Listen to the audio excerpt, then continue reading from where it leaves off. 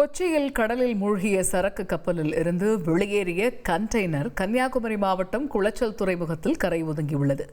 இது பற்றிய கூடுதல் விவரங்களை செய்தியாளர் சிவகுமாரிடம் கேட்போம். சிவகுமார், ஏற்கனவே இந்த கரை ஒதுங்கி இருக்கக்கூடிய அந்த கண்டெய்னர்களில் இருந்து அந்த எண்ணெய் கசிவுகள்லாம் இருக்குது அப்படிங்கிறது தொடர்பாக மாவட்ட ஆட்சியர் ஒரு ஆய்வையும் மேற்கொண்டிருந்தார். இந்த நிலையில் தற்பொழுது அங்கே நிலவக்கூடிய சூழல் என்ன, விவரிங்க. வணக்கம். கேரள மாநிலம் வில்பை துறைமுகத்திலிருந்து கொச்சிக்கு சென்ற லைபீரியா நாட்டை சேர்ந்த MSC ELC3 என்ற சரக்கு கப்பல் கடந்த 24ஆம் தேதி கவிழ்ந்து விபத்துக்குள்ளானது.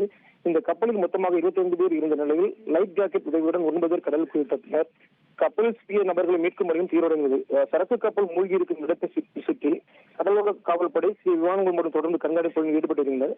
கண்டெய்னர்களில் 367 மெட்ரிக் டன் குறைந்த கந்தக எரிபொருள் உள்ளதால் அவை கரை ஒதுங்கும் போது மக்கள் யாரும் அருகே செல்ல வேண்டாம் என கேரளா பேரிடர் மேலாண்மை துறை எச்சரிக்கை விடுத்திருந்தது.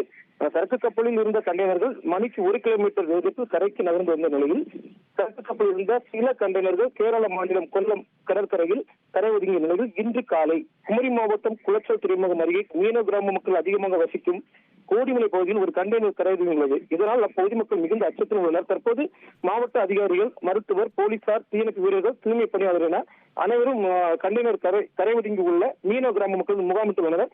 இதனால் தற்போது அந்த பகுதி ஒரு பரபரப்பான ஒரு சூழ்நிலை ஏற்பட்டுள்ளது. தகவல்களுக்கு நன்றி சிவகுமார்.